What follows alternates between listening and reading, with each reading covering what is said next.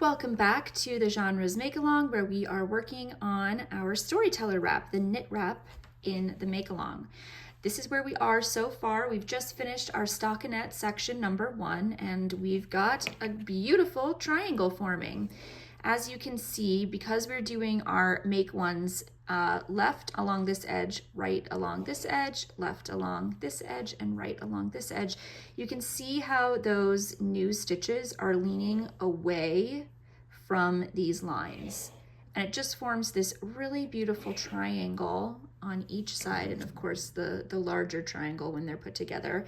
And you can now see really defined our beautiful garter stitch edging. I went ahead and weaved in my tail end there, and our beautiful stockinette main body section.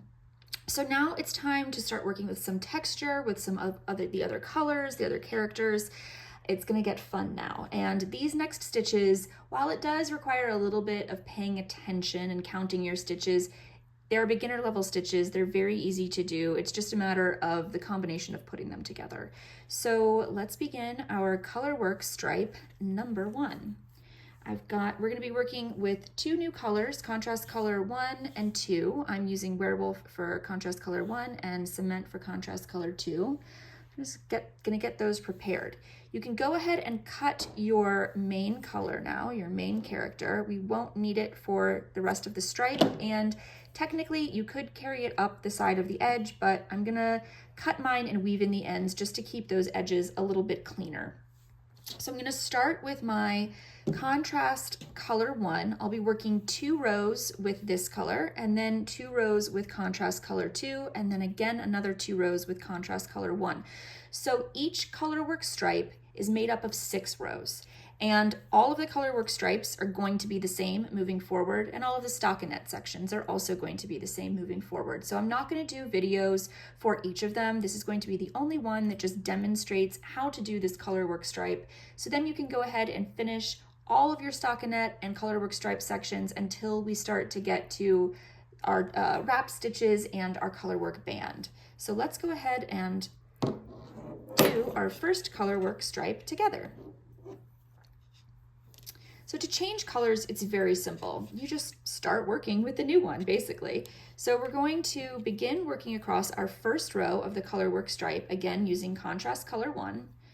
We start just like we always do, knitting to the marker, slipping the marker, make 1 left, knit to the marker and make 1 right when we get there. So the instructions for this are exactly the same as the first row of our stockinette section. Where it starts to differ from that is the next row, row 21, the second row of our colorwork stripe, because we will not be working in stockinette any longer. So let's just get there together. We're gonna make 1 right here. By now, you probably have these make 1 left and make 1 right memorized. I know each time I start a new project, even as a seasoned designer, sometimes I still have to go back to my notes or remind myself which one leans which way, and give myself a bit of a refresher, because I know that it gets confusing. But once you're into the flow of a project, it starts to become kind of muscle memory, at least for me, and you get pretty used to it. So you can just fly through these nice stockinette rows. Okay, so there's our first row. Look how pretty that contrast is. And we're gonna move to the second row of our colorwork stripes. So it starts like a regular wrong side row where we knit to our marker, because we're gonna work in garter stitch here, slip our marker, and now we're actually going to work in garter stitch for the entire row, except for that center spine stitch. Remember I told you in the last video, that center spine stitch, regardless of what's happening in the main body, that center spine stitch will always be in stockinette. So I'm going to knit all the way to my center spine stitch, to that next marker. And this is creating a really pretty purl ridge on the front of the fabric. You'll get to see it when we turn this over back to the right side. I'm just, going to knit all the way to that marker, slip the marker, and now I purl that stitch to keep it in stockinette, slip the next marker, and now I can knit to the end of the row, of course slipping that next marker. The instructions will tell you to knit to the marker, slip the marker, knit to the end of row, but basically you're just knitting all the way there. So once we've finished this row, we'll move on to our next color as well. Okay, slip that marker and knit to the end of the row. So now we've got this garter stitch ridge on the front of our work, garters or a purl ridge, giving us some really pretty texture. Okay, so to begin this row, it starts just like all the others with a simple knit to the marker. And we go ahead and slip that marker, and now we do our make one left, and then we dive right into our repeat, which is knit one, slip one with yarn in back. So we knit one, and then we're going to keep our yarn in the back, and we're going to slip one. And if you pay attention to the note at the beginning of the pattern, it mentions that all stitches in this pattern are slipped purlwise, which means you are inserting your right needle down into the stitch to move it over without twisting it. If you were to slip knitwise, that would involve inserting the needle up through the stitch like this, and it twists it as it goes over to the right needle. So make sure, whether the instruction is to have your yarn on the front or the back, it's not going to indicate purlwise slipping because that note is at the top of the pattern that all stitches are slipped purlwise. So we slip one purlwise, and we just repeat that. Knit one, slip one purlwise with yarn in back. Knit one, slip one purlwise with yarn in back. And we do that all the way to our center spine stitch.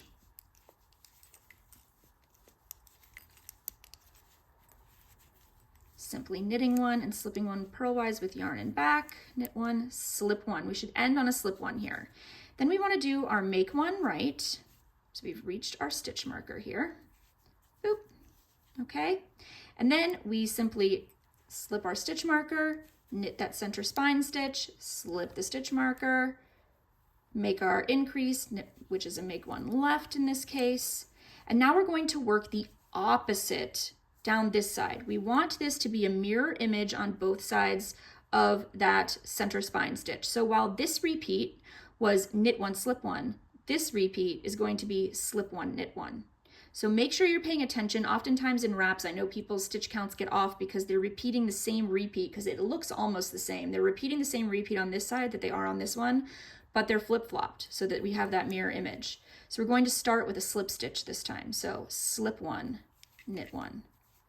So this means we should end this repeat when we get to our next marker. It should be a knit one. Since we started the repeat on the other side with a knit one, we want to end this repeat with a knit one. Perfect. And now we do our make one right. Slip that and knit to the end of the row. Now we're on the wrong side. It begins like all the others once more, knitting to the marker. Then we go to knit one, and now our repeat begins of knit one, slip one, all the way till we get to those markers. There's one more knit one before that marker. And it's very easy to identify which stitches to knit and which stitches to slip. This is the case for mosaic knitting and many slip stitch patterns like this one. You are always going to slip the alternate color. In this case, the alternate color is contrast color 1, and you're always going to knit the color you're working with, in this case, contrast color 2. So I knit this one, and the slip this time is with the yarn in front. We're still slipping purlwise, but with the yarn in front. So you need to bring it forward before you slip, then bring it backwards to do your next knit stitch. So yarn forward to slip, yarn back to do the knit. And once again, we're just going to do this all the way to our center spine stitch. So you almost don't even need to follow the instructions on this row because it's so easy to identify which stitches to slip and which to knit. You really don't have to pay attention to the repeat because it's obvious based on the color you're using. Okay, so that last one is a knit one. Then we slip this stitch marker, and we always want to purl that center spine stitch on the wrong side to keep it in stockinette. And then we do the opposite repeat back down this side. So Don't forget to move your yarn forward to do your slip stitches, because we don't want the floats to be on the front of the fabric. We want all the floats on the back of the work, okay? So we're slipping, knitting, slip, knit. These rows do tend to go kind of quickly because you're slipping so many stitches, so you don't have to perform the motion of knitting or purling them, which is nice. And that's why one of the reasons I really love Mosaic color work and slip stitch knitting, because the rows go really quickly. So then we slip this over and knit our final 3 stitches of the row. Now we are ready to work our final 2 rows of our little color work stripe here. We're going to continue on in contrast color 1. So we've got it waiting for us over here because we didn't cut it. Just going to tighten these ends up a tiny bit here. And we can also go ahead at this point and cut our contrast color 2 that we just worked, because we're not going to need it anymore. So give that a little trim. And working with our contrast color 1, so I'm going to lift this up and over all of my tail ends to the right.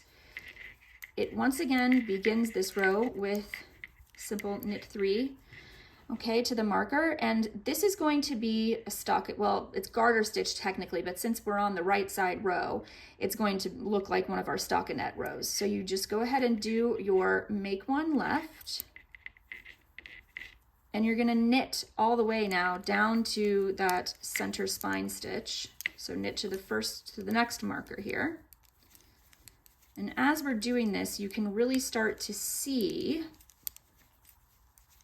how lovely those previous rows worked up. All of those slipped stitches in this color allowed for these little purl bumps of the contrast color to pop through. They almost look like little baubles. It's a very sweet stitch. I really like it a lot. I used a similar one on my Candy Dots throw recently. So as we get to that center stitch marker, next one, we're going to do our make one right, slip that next marker, knit one, slip the next marker, make one left, and knit all the way to the end, well, until the next marker where we do our next increase. So by the way, this row, these 2 rows in our contrast color 2 are the exact same 2 rows as the first 2 rows of this stripe that were also worked with this color. So all of the rows in the color that is kind of flanking the middle one are the same. First 2 are the same as the final 2, okay? So we've reached our final stitch marker. So we do our make one right, slip that marker, knit the last 3, and finally we're at our last row of our color work stripe. And like I said, this is in garter stitch just the same way as the second row was.